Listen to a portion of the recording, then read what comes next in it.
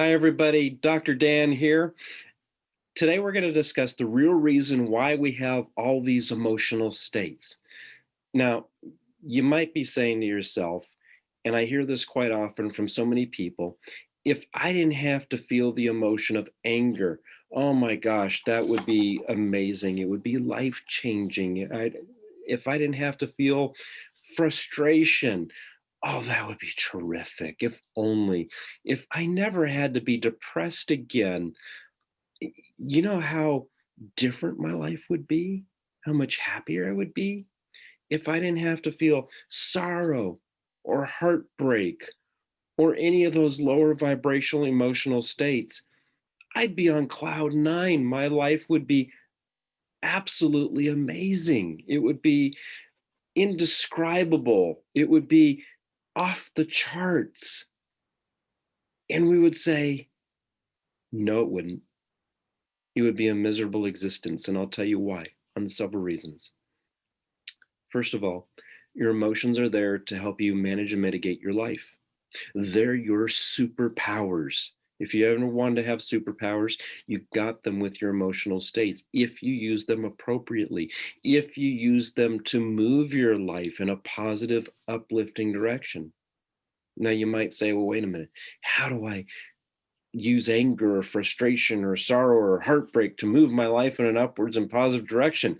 Well, for that, you'll have to stay tuned for the upcoming video, and we'll discuss that in using the right tool for the right job.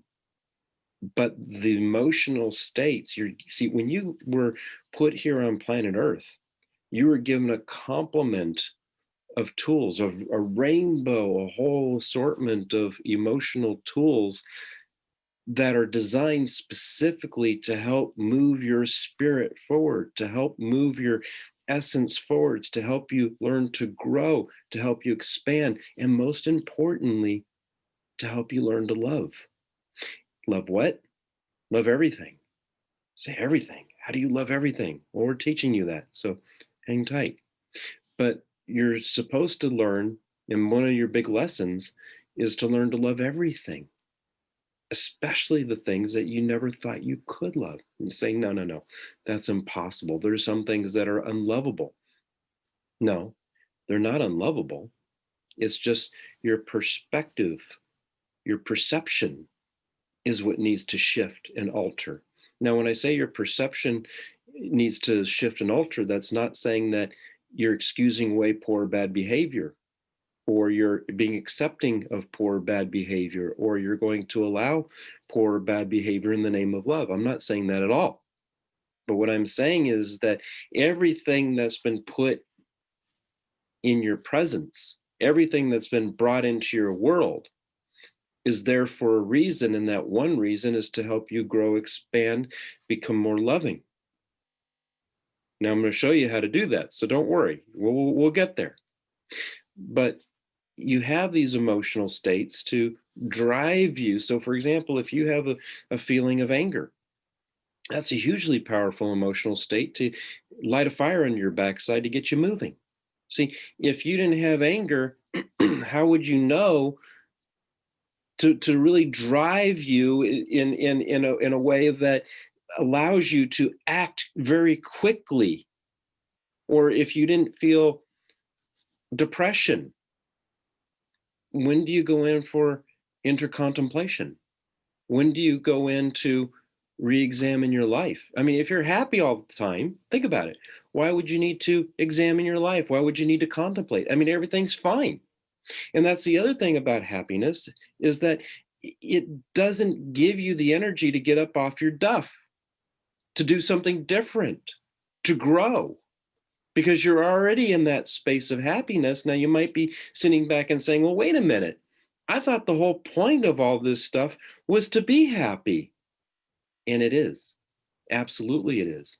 But just like any emotion, including the higher vibrational emotional states, and there's only one exception, but all the emotional states except for one, and I'll talk about that in a second, are designed to be in flux, to help you move, to manage, to mitigate your life. Anytime you stay in any particular vibrational state for too long, it's not healthy. And we'll talk about that in an upcoming video in this week about healthy versus unhealthy emotional states. But I want you to realize that if you're feeling sorrow, as an example, use it in a healthy manner to be able to maybe appreciate the things in your life that you still have. You might have lost something, but what about all the things that you currently still have? It gives you an opportunity to appreciate those things. What if you never had, I brought this up before in terms of anger. What if you never had anger? And again, people would be like, oh, well, that's a horrible feeling. I never want to feel it again. You know, if a loved one was being threatened and you had the ability to protect that loved one, anger is a very useful emotion to dig down deep to find that energy and do what needs to be done to protect you and the people that you love. That's a very positive outlook on that. Now, to stay in anger for days, weeks, months, years, or in some cases, a lifetime, of course, isn't healthy. And we don't want that for you. Now, I mentioned the exception emotion that you should be in all the time, and that is love. Why? Because you can mix and match emotions. See, there are some people in your world that you love, but you may not like. There are other people in your world that you can love, but you might be angry with, or you might be frustrated with. But notice that love is always present with those particular people. See, love is the highest vibration in the universe. And I want you to have those magical shifts and changes by always being anchored to love. But don't ever dismiss any of your emotional tools because you need them. You need judgment. Wow, our society is big on these days that you're not allowed to have an opinion or judge anything because judgment is bad. Really? How do you determine what's good for you or what's not good for you if you have no judgment or discernment? Hmm? How do you determine that one person might be good to have in your life and another person is not healthy to have in your life if you don't have that judgment? Or what about biases? I mean, we all have preferences. Why should we shut those down? Why should we ignore it? Why should we try to be something or somebody that we're not? That's not healthy. To fragment ourselves, to disconnect from ourselves, to deny ourselves that yes, we do indeed have preferences. I mean, some people, I'm being a little facetious here, some people love spicy foods, other people don't. Well, why should we force people who don't like spicy foods to like spicy foods? That's not beneficial. I'm just using that as an example, but you can apply that to just about anything in your life. You can apply that to people. You can apply that to animals. You can apply that to your environment. Do you want to live in the mountains? Do you want to live by the beach? Do you want to live in the city? Do you want to live in the country? Do you want to live in a big house? Do you want to live in a small? Look, we all have preferences. It doesn't make it right or wrong. It just makes it who we are. See, we use these emotional states to help us move in the direction we're meant to grow into. Anytime we cut off and we deny aspects of ourselves, that's when we fragment. That's when our lives stop working. See, I want you to be able to use all the emotions in your emotional toolbox, and I want you to be able to use them in healthy and harmonious and balanced ways to continue to allow yourself to move forward. So you continue to progress. So you continue to expand. You're able to manifest the things that you want to manifest with the proper intention. See, it's all about intention. See, anytime you stay in an emotional state for too long, like I said, even if it's happiness, even if it's joy, even if it's bliss, those can become unhealthy because you're not using your other emotional tools to move you forward in life. See, people can stay stuck.